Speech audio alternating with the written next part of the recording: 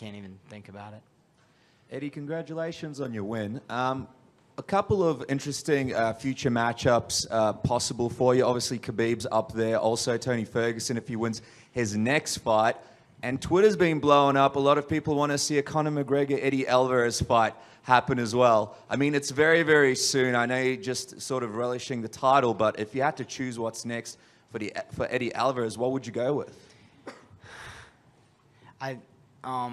For me, I think by far the best lightweight in this division is Rafael dos Anjos. I had the better night tonight for sure, but this can go either way.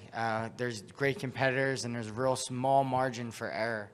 And if you mess up once, it could have been me on the other end of that punch. So this guy to the right of me is the best in the division. So to be able to come out with a win over him, and before him was Pettis, and before him was Gilbert. These are the best guys in the division. I'm not taking on top 15 top. So I would ask Dana White, please, to give me an easier fight like Conor McGregor.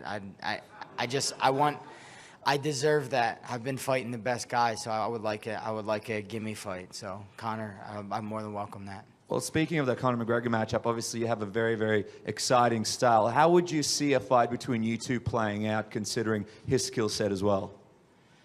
I just look. There's a lot of guys in the UFC who are good at one thing, and they get matched up stylistically well, and they make their way to the top without ever going against the best guys, the true best guys like Rafael dos Anjos and the best guys in the division. They sneak their way around them, and they live off perception, not what really is. He's one of them. So I think he can get found out if he was ever to fight Rafael dos Anjos or fight myself. He'll get found out very quickly. Last question is for Rafael over here. Rafael. If Khabib doesn't get the next title shot, would that be a matchup you'd be looking to take? I think the only I won my last 11 fights. I won 10, and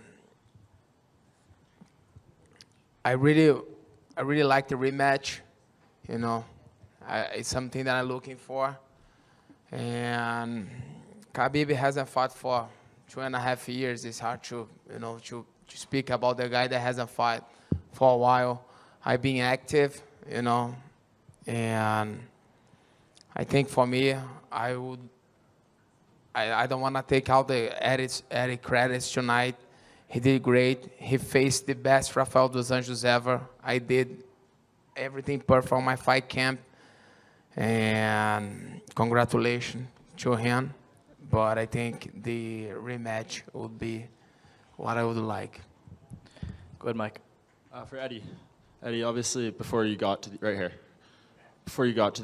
you were dealing with a lot of contract issues, just a long line of stuff. Was there any doubt at that point, at any point there, that you wouldn't reach this moment, you wouldn't get this opportunity to realize this dream of being a UFC champion? And how hard was that process for you before finally getting over here? Yeah, I'm going to be honest with you. I was put through the ringer. I sold we don't make a ton of money fighting, especially if you're not fighting in the UFC. So I made some investments, and I had to sell them just so I can stay afloat when I was going through that court case and stuff. So I was really dwindling down to nothing, and my mind was getting really bitter toward MMA, because MMA is it asks everything of you. Like every inch of your soul. It wants everything, but sometimes it gives back nothing. It tells you when it wants to give back, and that you should just every day put your heart and soul into it. So I call it the B word sometimes, and it's really tough. So yeah, I dealt with that, but I'm a pretty positive guy, and I kept my eye on the little light at the end of the tunnel, and we got through it. We persevered, and we overcame. Was there a specific moment you can remember that was the lowest point, and then when you got past that, and was it when the court case ended, or what was that moment?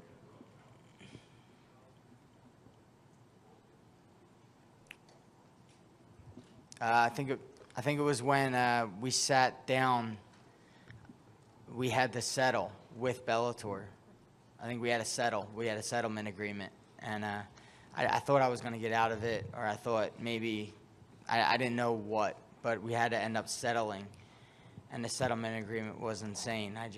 I shook my head, and I was just like, I'm not ever going to get out of this alive, or it was just a terrible settlement agreement, and I was really disappointed at that time in my life. So.